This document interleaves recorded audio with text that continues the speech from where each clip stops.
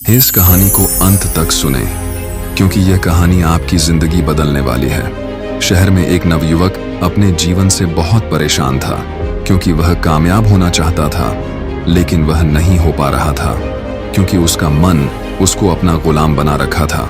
उसके मन में हमेशा हजार विचार चलते रहते थे और जब भी वह पढ़ने बैठता तो उसके मन में अनावश्यक विचार आ जाते थे।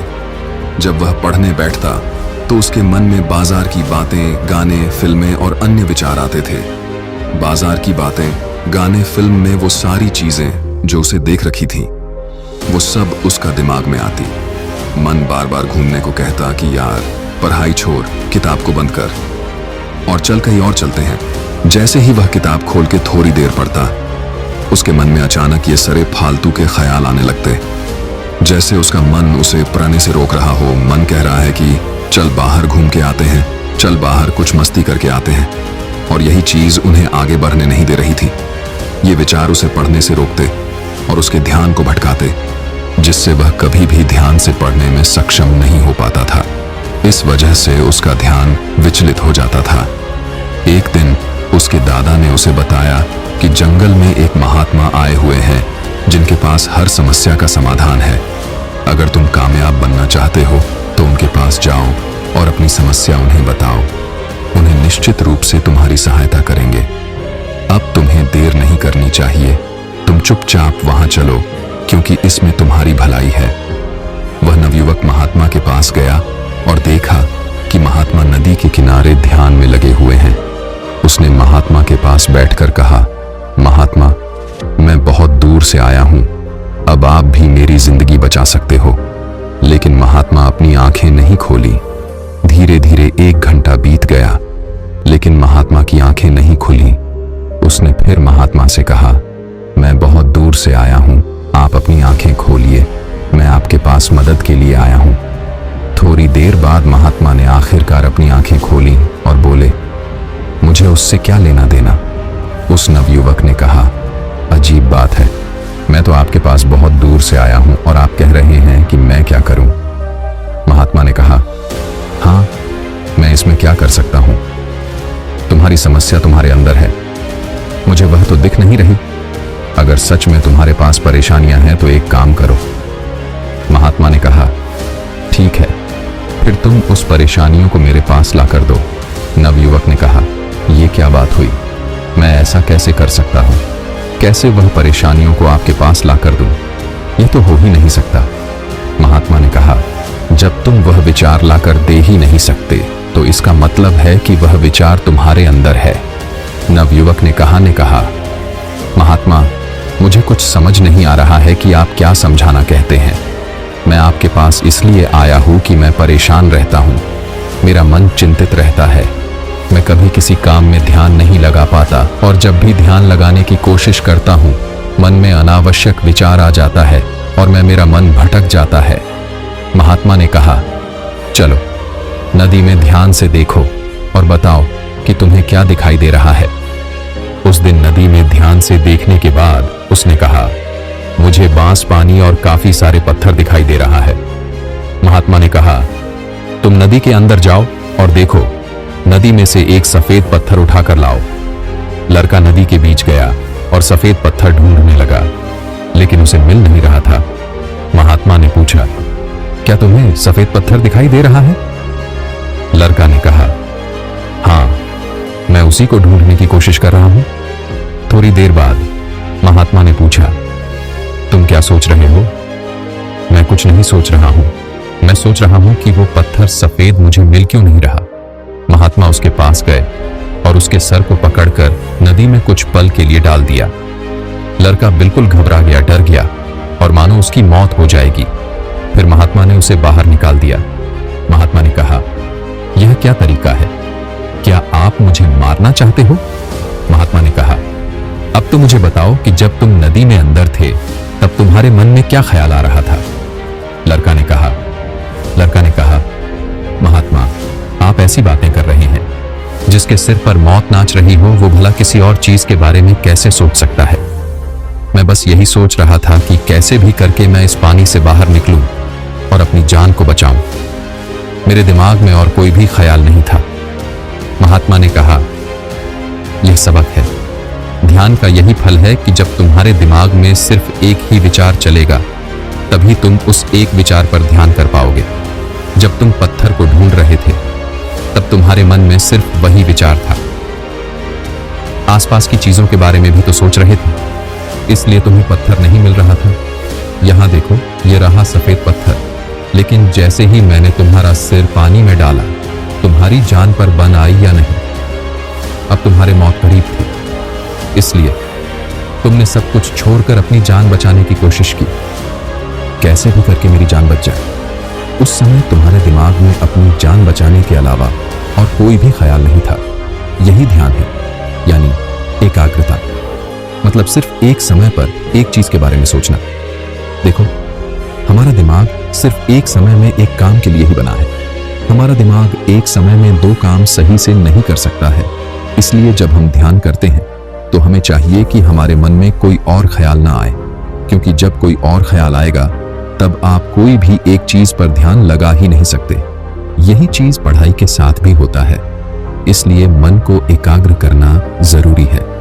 कुछ चीजें हैं जिंदगी को बर्बाद कर देती हैं, लेकिन अगर आप स्टूडेंट हो तो आपको अपने काम पर फोकस करना चाहिए, तभी आप जिंदगी में कामयाब हो पाओगे। इतना सुनकर वह लड़का समझ गया कि जिंदगी में कामयाब होने के लिए फोकस का होना जरूरी है। जब हम एक लक्ष्य के साथ काम पर फोकस करते हैं तो हम कामयाब होते हैं। फिर उसने महात्मा से पूछा, महात्मा, आप मुझे ये बताइए कि मैं कामयाब होने के लिए वह कौन नियम अपनाऊं जो मेरी जिंदगी में काफी मददगार साबित हो। तब महात्मा ने कहा, जिंदगी में एक बात हमेशा याद रखना, तुम खुद को बनाते हो। मतलब तुम जो कुछ भी करते हो, जो कुछ भी देखते हो, जो कुछ भी सीखते हो, जहां भी जाते हो, हर वो चीज तुम्हें सबक सिखाती है। और तुम जैसे माहौल में रहते हो वैसे तुम बन जाते हो। हम अपनी भविष्य का खुद निर्माण करते हैं। जिंदगी में सफल होना आसान नहीं है। जब इंसान सफलता के रास्ते पर चलता है तो उसके रास्ते में बहुत सारी रुकावटें भी आती हैं, और कुछ रुकावटें इंसान खुद बनाता है। इसलिए कुछ गलतियां ऐसी होती हैं जो गलतियां तुम्हें नहीं करनी चाहिए, और कुछ काम ऐसे हैं जो इंसान को नहीं चाहिए। आओ इस बारे में मैं तुम्हें बताता हूँ, जिसमें सबसे पहला नंबर 1 है, एक लक्ष्य को निर्धारित करो। ये बात सही है, जिस इंसान के जीवन में एक लक्ष्य नहीं, वो अपने जीवन में कभी आगे बढ़ ही नहीं सकता। ये ठीक वैसे ही है जैसे मैं तुम्हें कहूं कि तुम मार्ग में आगे चलो, लेकिन तुम्हें यह नहीं बताऊं तुम्हें कहां तो आगे चलना है। तुम खुद ही सोच के देखो, तुम कहां तक आगे चलोगे। तुम चलते चलते थक जाओगे, क्योंकि जब तुम्हें मंजिल नहीं पता तो तुम भला कहां पहुंचने की कोशिश करोगे। और तुम अपने दिमाग को क्या बताओगे कि तुम कहां जा रहे हो और तुम्हारी मंजिल क्या है। इसीलिए मंजिल यानी एक लक्ष्य का होना जरूरी है। जब तुम्हारे पास लक्ष्य होता है तो तुम आगे बढ़ने के लिए प्रेरित होते हो, और तुम थकते भी नहीं हो, और तुम हर दिन धीरे धीरे आगे बढ़ते रहते हो। इसीलिए एक लक्ष्य जरूरी है जिसमें तुम दिन रात काम कर सको, वो लक्ष्य जो तुम्हें आगे बढ़ाने के लिए मजबूर कर दें। इसलिए खुद से सवाल करो कि तुम किस लिए पढ़ना चाहते हो, तुम किस लिए आगे बढ़ना चाहते हो, क्योंकि जिंदगी भी यही चीज तुम्हें कामयाब बनाएगी। नंबर 2, समय की अहमियत को समझो। ये बात सही है, जो लोग जीवन में समय की महत्वता को नहीं समझते, समय कभी भी उनके हक को नहीं समझता। इसलिए समय की कद्र करना सीखो। फालतू के कामों में, फालतू की बातों में, फालतू की उन चीजों में समय को कभी बर्बाद मत करो जिनसे तुम्हें कुछ भी हासिल नहीं होगा। अपने लक्ष्य को मेहनत से लगाओ, अपने लक्ष्य को अपने आप को कामयाब बनाने में लगाओ, और अपने लक्ष्य को उन चीजों में लगाओ जो तुम्हें आगे ले जाएं। फालतू की वो लोग जो हमेशा रास्ते के रुकावट बनाते हैं, जो हमें गलत रास्ते पर लेकर जाते हैं, उन लोगों से दूर रहो, तभी तुम्हारी भलाई है। नंबर 3, सवेरे उठने की आदत डालो। रोज सुबह जल्दी उठने का नियम बनाएं। ऐसा इसीलिए क्योंकि सुबह के वातावरण में गजब की ऊर्जा होती है।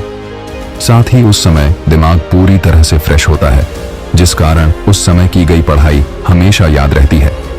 इतना ही नहीं, इस समय पढ़ते समय कठिन से कठिन सवालों को भी आसानी से हल किया जा सकता है। सुबह जल्दी उठने के लिए रात को समय पर सोना भी जरूरी है। साथ ही शारीरिक और मानसिक स्वास्थ्य को बनाए रखने के लिए 7-8 घंटे की नींद आवश्यक है। ये सब बात सही है। ब्रह्म मुहूर्त का समय तुम्हारे दिमाग के लिए सबसे अच्छा समय होता है, क्योंकि इस मुहूर्त में माहौल बिल्कुल शांत होता है। तुम सुबह उठकर ध्यान क्रिया करके पढ़ाई कर सकते हो। तुम देखोगे कि तुम जो भी पढ़ोगे वो तुम्हें याद रहेगा और वो जीवन भर तुम उसे कभी नहीं भूलोगे। इसीलिए ब्रह्म मुहूर्त वरदान है। और अच्छी सोच रखें और खुद को प्रेरित करें। हमेशा अपनी सोच अच्छी रखें और खुद को आगे बढ़ाने के लिए प्रेरित करते रहें। अच्छी सोच से मन में सकारात्मक ऊर्जा बढ़ती है, जो विद्यार्थी जीवन में बहुत जरूरी है। वहीं दूसरी ओर अगर कोई काम करने में कठिनाई महसूस हो रही है तो ऐसे में बिल्कुल भी निराश नहीं होना चाहिए। ऐसे वक्त में जरूरत होती है खुद को प्रेरित करने की। खुद को प्रेरित करें कि कोई भी काम असंभव नहीं है और उस कार्य को करने का प्रयास करें। चूंकि हर स्थिति में सकारात्मक सोच रखना भी मुमकिन नहीं है, इसलिए ऐसी स्थिति जब दिमाग केंद्रित न हो और मन में नकारात्मक विचार आने लगे तो अपने माता पिता और अभिभावक से सलाह जरूर ले लेनी चाहिए। हमेशा प्रसन्न रहें। विद्यार्थी जीवन में हमेशा खुश रहने का प्रयास करें। खुश रहने से आप न केवल अच्छी तरह से स्टडी कर पाएंगे, बल्कि दूसरों के साथ आपके संबंध भी अच्छे बने रहेंगे। दरअसल जो भी लोग हमेशा मुंह लटकाए रहते हैं, उनसे कोई भी बात नहीं करना चाहता है। वहीं एक मुस्कान के साथ अगर आप दूसरों से मिलते हैं तो उन पर इसका सकारात्मक असर पड़ता है।